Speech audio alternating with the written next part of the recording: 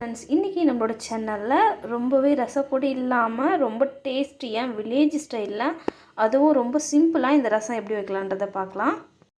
இந்த ரசம் யாருனாலும் ரொம்ப சிம்பிளாகவும் சூப்பராகவும் டேஸ்டியாகவும் செஞ்சிடலாம். இந்த ரசத்துக்கு நம்ம ரசப்பொடி ரொம்ப ஹார்ட் ஒர்க் பண்ணணும்லாம் இல்லை, அவ்வளோ ஒரு சூப்பராக இருக்கும். ஃப்ரெண்ட்ஸ், வீடியோக்குள்ளே பார்த்துட்டு இந்த ரசத்தை நீங்களும் ட்ரை பண்ணுங்கள். ட்ரை பண்ணி எப்படி இருக்கும் உங்கள் ஃபீட்பேக்கை ஷேர் பண்ணுங்கள். வாங்க வீடியோக்குள்ளே போயிடலாம். ரசமே இல்லாத ரொம்ப டேஸ்டியான மிளகு ரசம் தான் பார்க்க போகிறோம். அதுக்கு பார்த்திங்கன்னா மிளகு சீரகம் ரெண்டுமே எடுத்து ஒன்று மதியமாக இது மாதிரி நான் நுணுக்கி எடுத்திருக்கேன். இதை நம்ம மிக்சியில் அரைக்கலாம். ஒன்று மதியமாக அரைச்சோன்னா ரொம்ப டேஸ்ட்டாக இருக்கும். அதனால் அடுத்து ஒரு பெரிய புண்டையும் அதே மாதிரி நம்ம பெப்பர் நுணுக்கணும் இல்லைங்களா, அதிலே நுணுக்கி எடுத்திருக்கேன். அதையும் அப்படியே சேர்த்துக்கோங்க. அடுத்து இதோட ஒரு தக்காளி பழம் சேர்த்துக்கோங்க. இதோட அரை டீஸ்பூன் மஞ்சள் தூள் சேர்த்துக்கோங்க. இப்போ இதோட தேவையான அளவு உப்பு சேர்த்துக்கோங்க. இதோட ஒரு கொத்து கருவேப்பிலை நல்லா வாஷ் பண்ணிவிட்டு அதையே சேர்த்துக்கோங்க. இதோட ஒரு கொத்து கொத்தமல்லி இதை எல்லாத்தையும் நல்லா சேர்த்துட்டு இதை கையால் ஒரு டைம் நல்லா பிசைஞ்சு கொடுங்க. இந்த தக்காளியெல்லாம் நம்ம இதிலே நல்லா கையால் பிசுக்கி விடணும். இந்த ரசம் நம்ம ரசம் பொடி போடலனாலும் இந்த மிளகு ரசம் ரொம்ப டேஸ்ட்டாக இருக்கும் அந்த மாதிரி செய்யும்போது. இப்போ இதை நல்லா பிசைஞ்சுக்கோங்க. நம்மளுக்கு மெயினாக இந்த தக்காளி நல்லா இப்படி பிதிக்கி விடணும். அதோட ஜூஸி எல்லாம் இதில் நல்லா இறங்கணும். அதனால்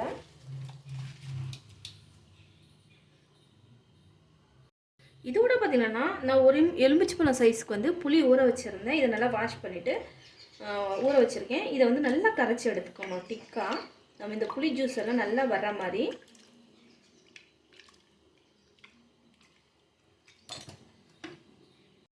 இப்போ நல்லா கரைச்ச அப்புறம் இதிலே நம்ம அந்த புளி தண்ணியை நல்லா ஃபில்டர் பண்ணி எடுத்துக்கோங்க.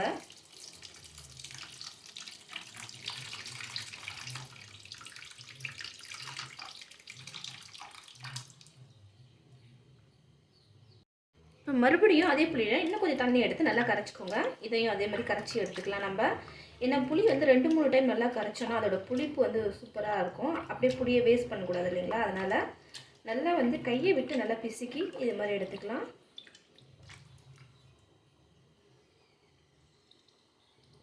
இப்போ அடுத்து நம்ம எவ்வளோ புளி தண்ணி எடுத்தோமோ அதே அளவுக்கு நல்ல நார்மல் தண்ணி எடுத்துக்கோங்க. இப்போ ஒரு அளவு புளி தண்ணி, ஒரு பங்கு இன்னொரு பங்கு நார்மல் தண்ணி சேர்த்துக்கோங்க. சேர்த்துட்டு இப்போ எல்லாத்தையும் நல்லா மிக்ஸ் பண்ணி இந்த ஸ்டேஜில் நம்ம உப்பு காரம்லாம் எப்படி இருக்கணும்னு செக் பண்ணிக்கலாம். நல்லாயிருக்கும். நல்லா இது மாதிரி மறுபடியும் ஒரு டைம் நல்லா கையை விட்டு பிசுக்கி எடுத்துக்கோங்க.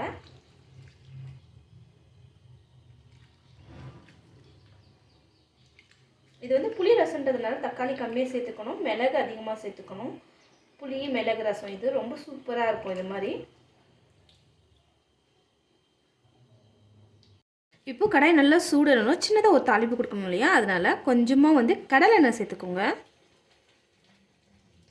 அதோட ஒரு ஸ்பூன் கடுகு சேர்த்துக்கோங்க. கடுகு நல்லா பொரியட்டும்.